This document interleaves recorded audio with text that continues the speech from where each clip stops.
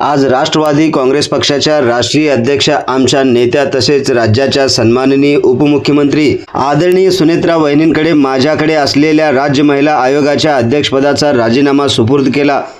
सध्या विविध माध्यमातून होत असलेल्या आरोपांची निष्पक्ष आणि पारदर्शक पद्धतीने चौकशी व्हावी म्हणून नैतिक जबाबदारी स्वीकारत मी हा राजीनामा देण्याचा निर्णय घेतला आहे।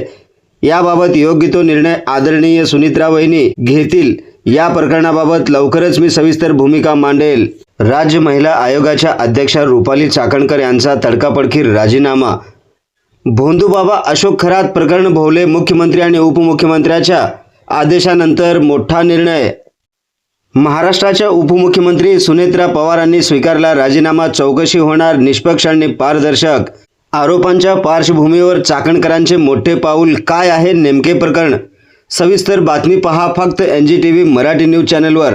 ही बातमी सविस्तर पाहण्यासाठी आपण जर पहिल्यांदाच NGTV मराठी न्यूज चॅनल पाहत असाल तर नक्की सबस्क्राइब करा।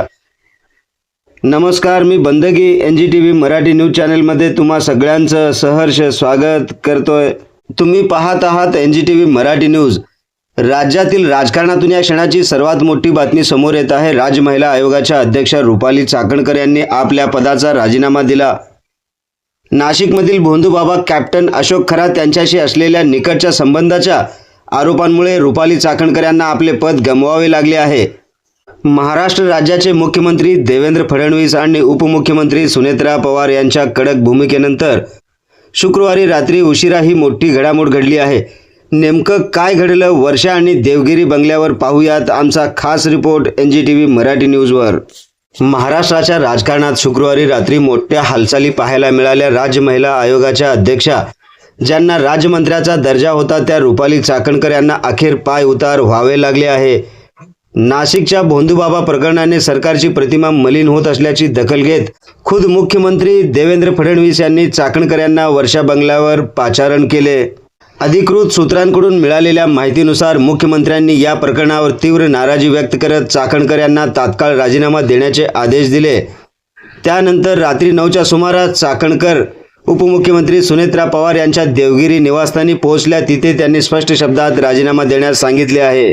राज्य महिला आयोगाच्या अध्यक्षा रुपाली चाकणकर यांनी त्यांचा राजीनामा राष्ट्रवादी काँग्रेसच्या अध्यक्षा आणि महाराष्ट्र राज्याचे उपमुख्यमंत्री सुनेत्रा पवार यांच्याकडे सुपूर्द केला आहे। सुनेत्रा पवार यांनी सोशल मीडियावर पोस्ट करत या कारवाईची पुष्टी केली आहे। त्यांनी म्हटले आहे की सद्य परिस्थिती आणि सुरू असलेल्या चौकशींच्या पार्श्वभूमीवर रुपाली चाकणकर यांनी पदाचा त्याग केला असून ही चौकशी निष्पक्ष व्हावी यासाठी राजीनामा मुख्यमंत्र्यांकडे पुढील कारवाईसाठी पाठवण्यात येत आहे।